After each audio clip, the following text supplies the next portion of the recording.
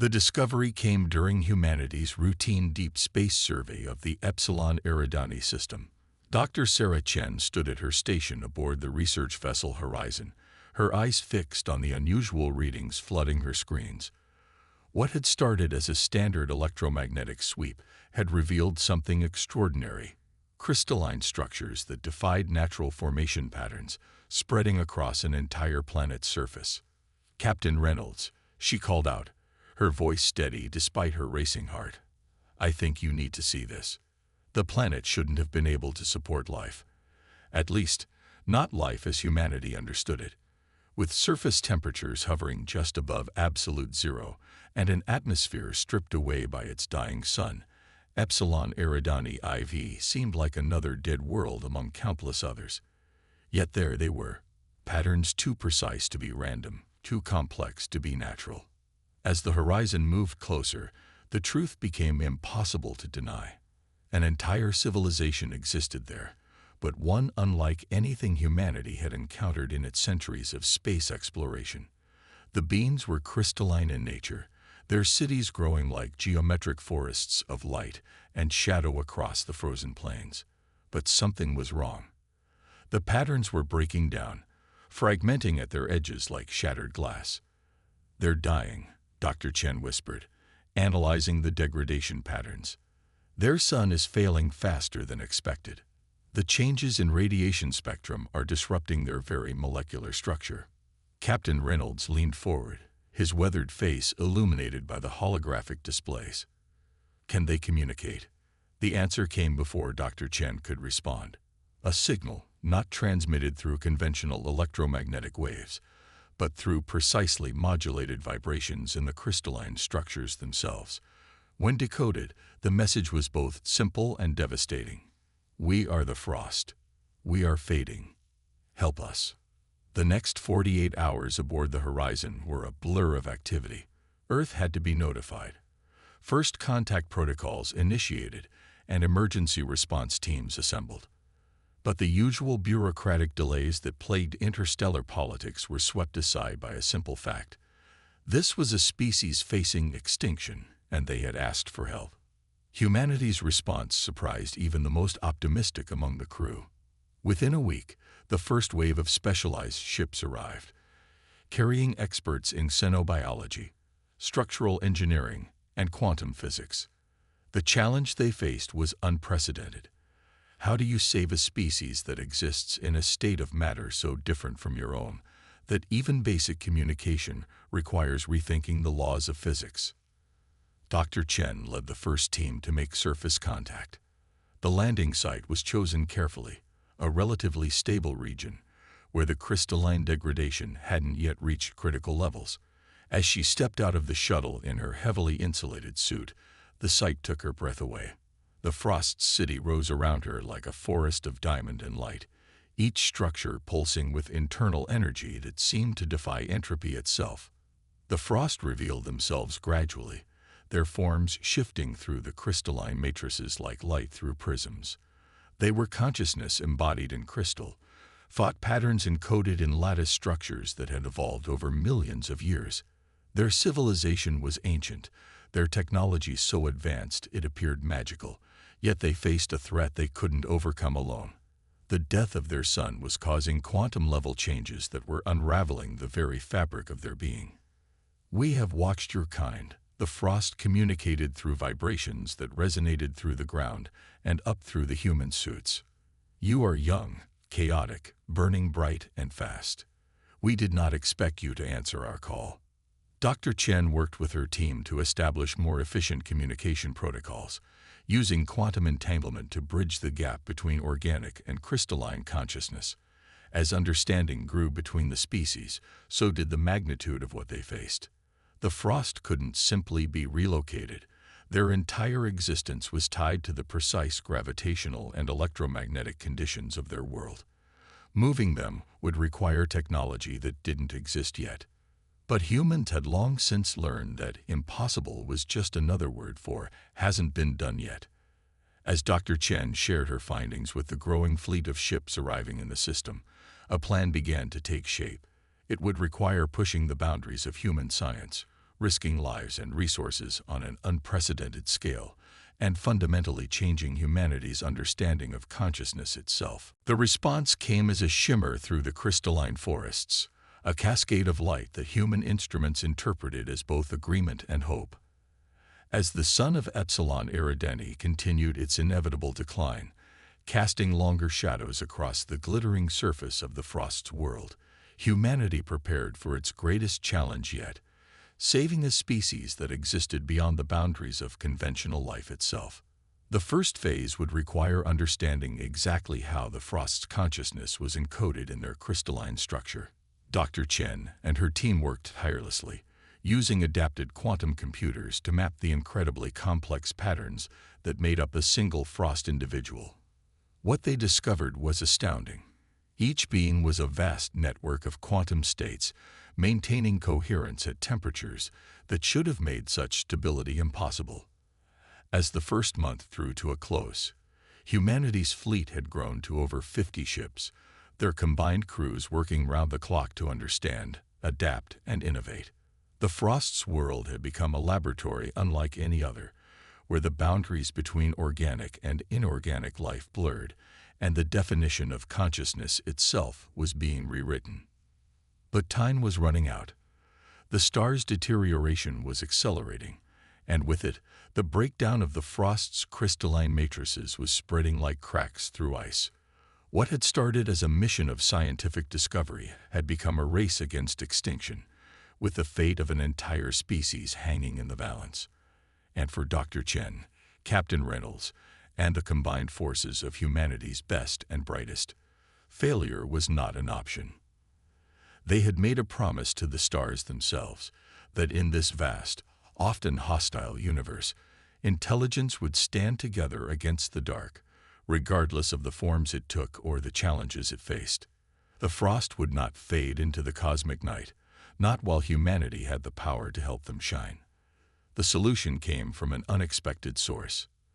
Dr. Maya Patel, a quantum engineering specialist from the Indian Space Authority, had been studying the way the Frost maintained quantum coherence at their incredibly low temperatures. She noticed something remarkable. Their crystalline structures weren't just housing their consciousness, they were conducting it through space-time in ways that defied conventional physics.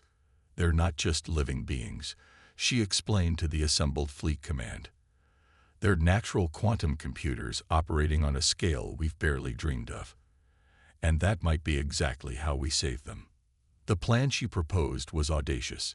Instead of trying to physically move the Frost's crystalline forms, they would need to create a quantum bridge, a massive, sustained entanglement field that could transfer their consciousness patterns to new crystalline matrices grown under precisely controlled conditions.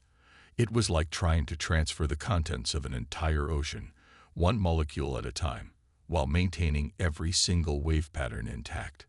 Commander Jason Martinez, veteran of 3 deep space expeditions, shook his head in disbelief. "You're talking about quantum teleporting an entire species." "Not exactly," Dr. Patel replied, her holographic presentation showing the intricate networks of quantum states that made up a single Frost being. "We're going to build them a bridge home. But first, we need to find them a new home." The search for a suitable planet had already begun. The requirements were incredibly specific: the right gravitational field, the perfect combination of radiation and magnetic influences, and most importantly, a stable star that would provide the exact quantum conditions the Frost needed to survive. After analyzing thousands of candidates, they found it: a world orbiting a young blue star, its surface already showing signs of natural crystal formation. But the planet was 30 light-years away. Creating and maintaining a quantum bridge over that distance would require more energy than humanity had ever attempted to harness at once. The solution came from the Frost themselves. Through their quantum translators, they shared knowledge of something they called resonance points, natural phenomena in space where quantum effects were amplified. By positioning relay stations at these points, they could create a series of smaller quantum bridges instead of one massive one. It was like building a bridge across an ocean using a chain of islands. The project was named Operation Crystalline Path, and it would become the largest cooperative effort in human history.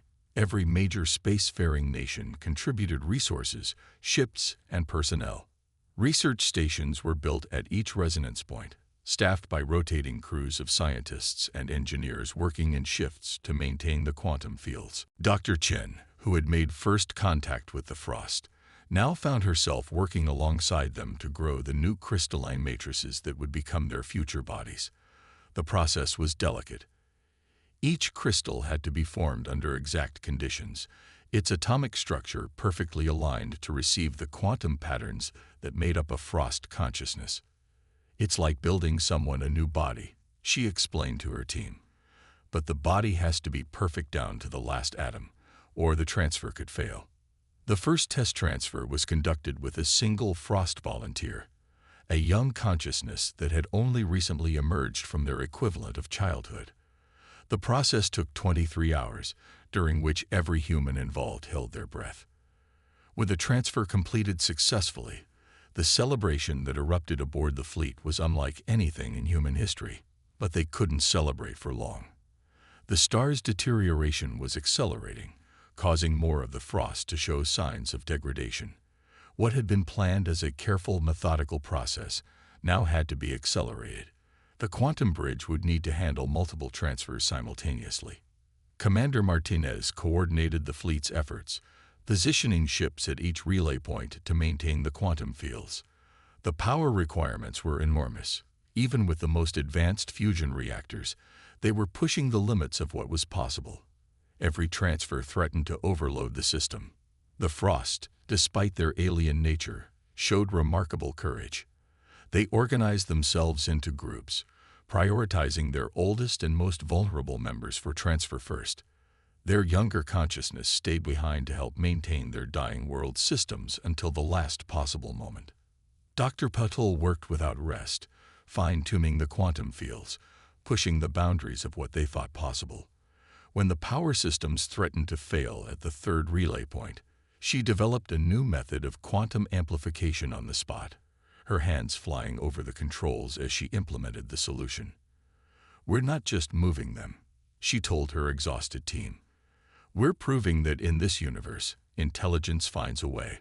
Life finds a way." As the Great Migration continued, something unexpected began to happen. The quantum bridge, designed to transfer consciousness, was also carrying knowledge.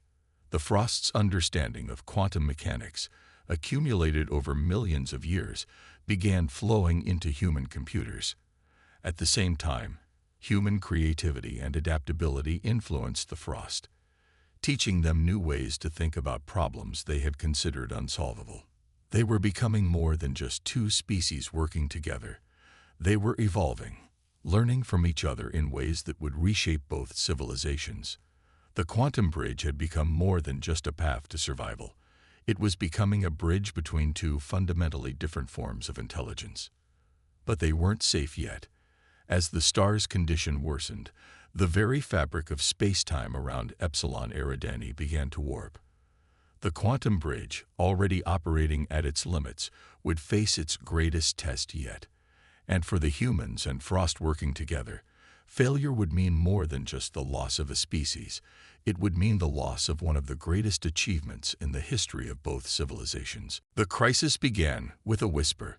Deep in the quantum monitoring systems of Relay Station 7, an algorithm detected a subtle shift in the fabric of space-time. At first, it seemed like another minor fluctuation, the kind the team had learned to compensate for during the mass transfer of Frost consciousness. But Dr. Elena Santos, the quantum field specialist on duty, noticed something others had missed. "The star isn't just dying," she announced during an emergency briefing. "It's collapsing in on itself far faster than our models predicted. The gravitational waves are creating ripples in the quantum bridge." The implications were devastating. They had transferred roughly 60% of the Frost population to their new home, but the remaining 40% were now at risk of being cut off completely. The quantum bridge, their lifeline across 30 light-years of space, was beginning to fluctuate dangerously. Commander Martinez's hologram flickered as he addressed the assembled fleet. How long do we have? Dr. Santos's voice was grim. At the current rate of stellar collapse, maybe 72 hours before the quantum bridge becomes completely unstable. After that, she didn't need to finish the sentence. Everyone knew what failure meant. The frost representatives, their crystalline forms now showing visible signs of stress, communicated through the quantum translators.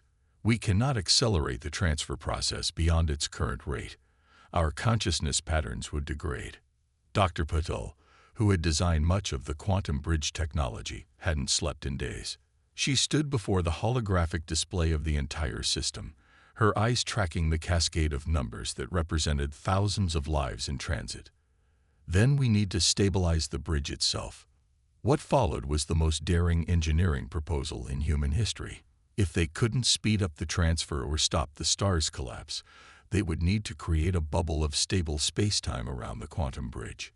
It would require positioning the entire human fleet in a precise geometric pattern, using their combined gravitational field generators to create a temporary corridor of calm in the storm. You're talking about using our ships as gravitational anchors, Captain Reynolds said, his face showing both awe and concern.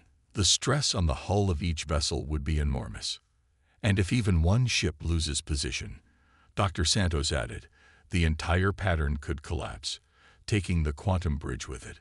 But they had no choice. The frosts still waiting for transfer were already showing signs of advanced degradation. Their once brilliant crystalline forms were becoming clouded, their thought patterns increasingly chaotic. Time was running out. The fleet mobilized with precision that would have seemed impossible just months ago. Ships moved into position, their crews working with quiet determination. Every vessel had volunteered for the mission, knowing the risks. The gravitational stress would push their ships to the structural limit, and possibly beyond. Dr. Chen, working from the primary transfer station, coordinated with the Frost to prioritize the remaining transfers. The youngest and most vulnerable would go first, while the strongest would hold out until the end. The Frost's eldest consciousness, beings who had existed for thousands of years, insisted on being last. We have lived long, they communicated. If the bridge fails, let it be with us, not our children. The operation began. The fleet's gravitational field generators powered up to maximum, creating a web of artificial gravity wells that fought against the chaos of the dying star.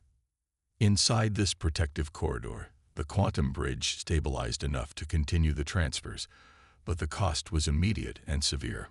Warning alarms blared across the fleet as hull stress indicators crept into the red. On the bridge of each ship, crews worked frantically to maintain their precise positions while their vessels groaned around them. The first structural failure occurred 18 hours in. A support beam on the starship Gagarin gave way with a sound like thunder. We can hold position, the Gagarin's captain reported, even as emergency bulkheads slammed into place. Just get them through. The next 48 hours became a battle of wills. Human determination against the fundamental forces of physics. Ships that were never designed for this kind of stress continued to hold formation, their crews pushing both themselves and their vessels beyond all reasonable limits. Dr. Patel worked without rest, constantly adjusting the quantum fields to compensate for the increasing gravitational distortions. When the power systems on Relay Station 3 threatened to overload, she rerouted the entire grid through emergency channels, knowing that a single mistake could collapse the entire bridge. The Frost, witnessing this display of human resolve, began sharing more of their ancient knowledge through the quantum bridge. Information about gravitational field manipulation and quantum stability poured into human computers, allowing the fleet to adjust their tactics in real time. Then, 36 hours into the operation, the star's collapse accelerated dramatically. The gravitational waves intensified, threatening to tear apart the delicate web of fields maintaining the quantum bridge. Multiple ships reported critical hull stress, their structural integrity failing. Commander Martinez's voice cut through the chaos. How many more? 317 consciousness patterns remaining, Dr. Chen reported, her voice steady despite the exhaustion. We need another 12 hours to complete the transfer. Martinez looked at the status displays, showing the fleet's ships slowly being crushed by the gravitational forces they were holding back. Then we'll give them 12 hours, whatever it takes. Around them, the star continued its death throes, its light dimming as it pulled in on itself. But within the corridor maintained by human determination and technology, a species fought for survival, crossing the gulf between stars one consciousness at a time, carried by the unwavering resolve of their unlikely saviors. In the final hours of the great transfer, something unprecedented occurred. The quantum bridge, stressed beyond its design limits, began exhibiting properties that neither humans nor the Frost had predicted. The consciousness patterns of the remaining Frost weren't just being transferred, they were evolving during transit. Dr. Chen noticed it first in the quantum signature readings. These patterns, they're adapting to the gravitational stress. It's as if they're learning to surf the waves rather than fight them.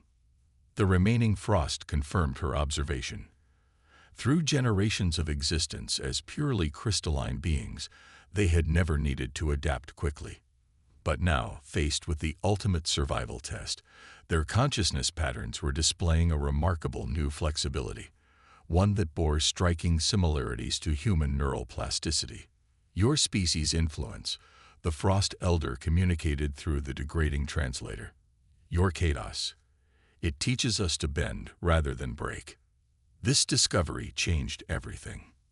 Dr. Patel and her team quickly modified the quantum bridge protocols to work with this new adaptation rather than against it. Instead of trying to maintain perfect stability in the transfer corridor, they began introducing controlled fluctuations that the Frost consciousness patterns could use to propel themselves forward. Commander Martinez, monitoring from his heavily damaged flagship, watched in amazement as transfer speeds began to increase. They're learning to ride the gravitational waves like surfers on Earth's oceans. But the adaptation wasn't one-sided. As the Frost learned to embrace chaos, humans were learning to perceive patterns in ways their minds had never attempted before. The quantum bridge, originally designed as a one-way transfer system, had become a two-way street of evolution. Dr. Santos, who had been monitoring the quantum fields for days without rest, suddenly sat up straight at her station. "I can see them," she whispered. "Not just the data. I can actually see the pattern of their thoughts." Other human operators began reporting similar experiences. The prolonged exposure to the quantum bridge was changing how their brains processed information. They were developing an intuitive understanding of quantum states that went beyond mathematical models and computer simulations. The fleet's ships, now entering their 50th hour of maintaining the gravitational corridor, were reaching their absolute limits. Hull breaches were reported on 6 vessels, with emergency containment fields being the only thing keeping their crews alive. But something else was happening. The human operators' new quantum awareness was allowing them to predict and compensate for structural failures before they occurred. "It's like the ships are becoming extensions of our consciousness," reported Captain Reynolds, as his crew made split-second adjustments that would have been impossible just days ago. "We're not just fighting the gravity anymore, we're dancing with it." The Frost, witnessing this transformation in their human saviors, made a decision that would change both species forever. The eldest among them, those who had insisted on being the last to transfer, began sharing not just their scientific knowledge, but their very way of perceiving reality. Through the quantum bridge flowed thousands of years of experience existing as consciousness without traditional organic constraints. The human's brains, already adapting to quantum perception, began processing this information in ways that defied conventional neuroscience. Dr. Patel, her mind now operating on levels she had never imagined possible, found herself implementing quantum field modifications that she understood perfectly but couldn't have explained in traditional physics terms. "We're not just saving them," she realized. "We're becoming something new together." The ship's AIs, constantly monitoring both human and Frost neural patterns, began detecting something extraordinary. The quantum bridge wasn't just transferring consciousness, it was creating a new form of shared awareness. Humans weren't losing their individuality or organic nature, but they were gaining the ability to perceive and process reality in ways previously exclusive to the Frost. In the crystalline matrices waiting at the destination, similar changes were occurring. The transferred Frost consciousness patterns were maintaining their fundamental nature while developing new, more dynamic ways of thinking and adapting. They were becoming living proof that evolution didn't have to mean losing one's essential self. With less than 100 Frost consciousness patterns remaining to transfer, the star entered its final phase of collapse. The gravitational forces threatened to tear apart not just the ships, but the very fabric of space-time around them. But now, instead of fighting against this cosmic violence, the combined human-Frost effort began working with it. The quantum bridge, originally designed to provide safe passage across space, had become a catalyst for the next step in both species' evolution. The human's neural architecture had adapted to process quantum information directly, while the Frost had learned to embrace change and chaos as tools rather than threats. Commander Martinez, his own consciousness now operating on levels he never thought possible, addressed the fleet. "We didn't just come here to save a species. We came here to prove that life, in all its forms, can overcome any obstacle when we work together. Today, we're not just witnessing survival, we're witnessing transcendence."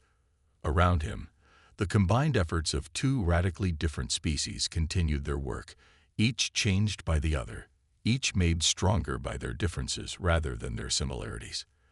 The universe, it seemed, had plans far grander than mere survival for both humanity and the Frost. 5 years after the Great Transfer, the world that humans had helped the Frost colonize had become something neither species could have imagined. Crystal spires rose into the azure sky, but unlike their original structures on Epsilon Eridani, these formations pulsed with a dynamic energy that reflected their evolution. Dr. Sarah Chen, now serving as Earth's ambassador to the Frost, stood at the base of what they called the Monument of Convergence.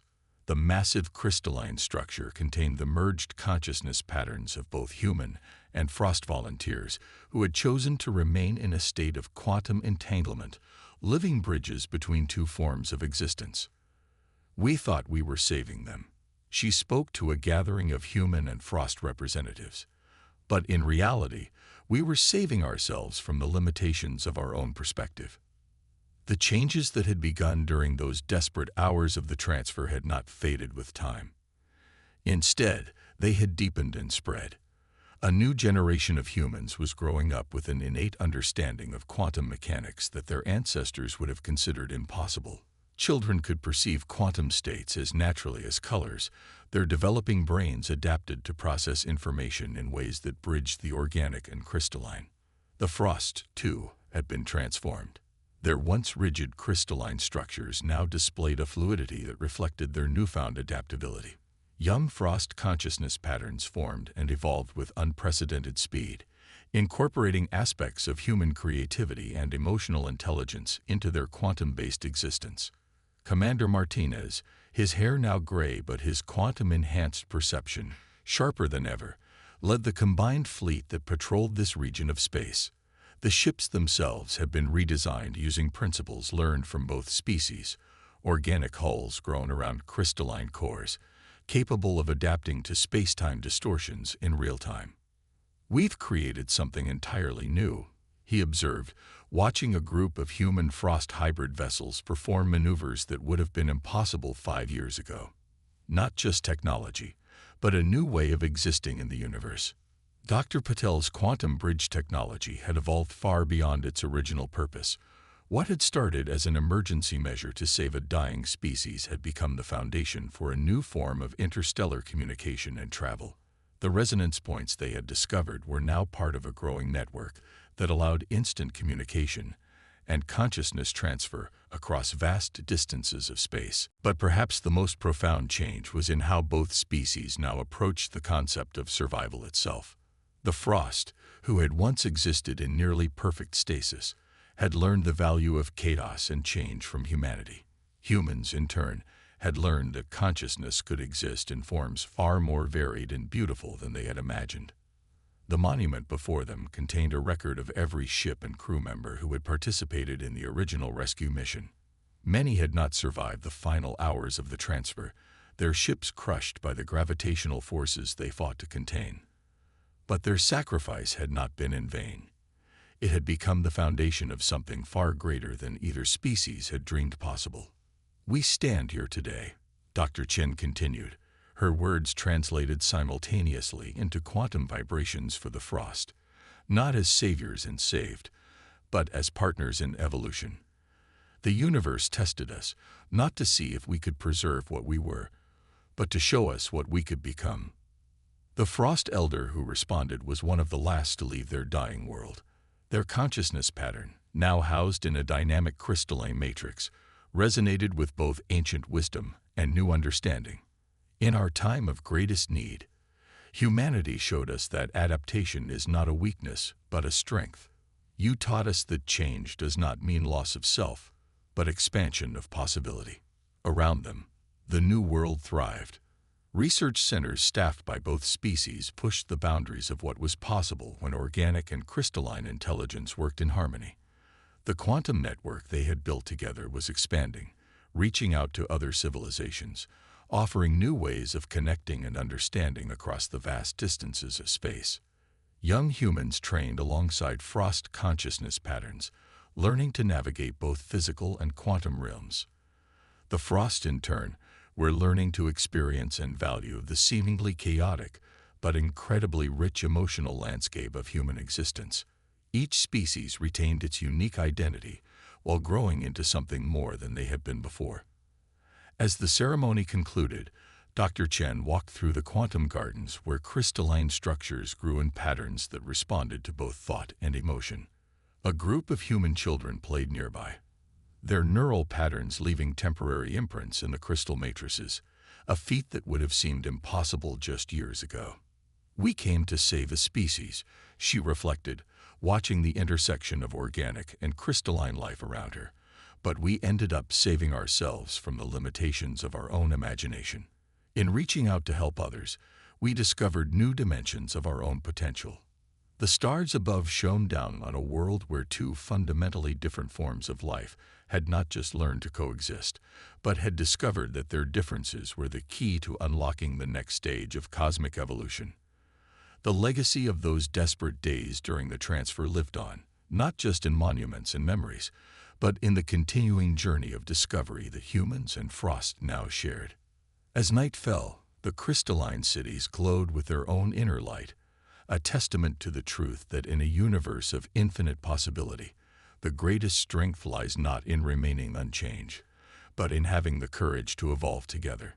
The story of humanity and the Frost had become more than a tale of rescue. It had become a beacon of hope for all species, a proof that the boundaries between different forms of life were not barriers, but bridges waiting to be built.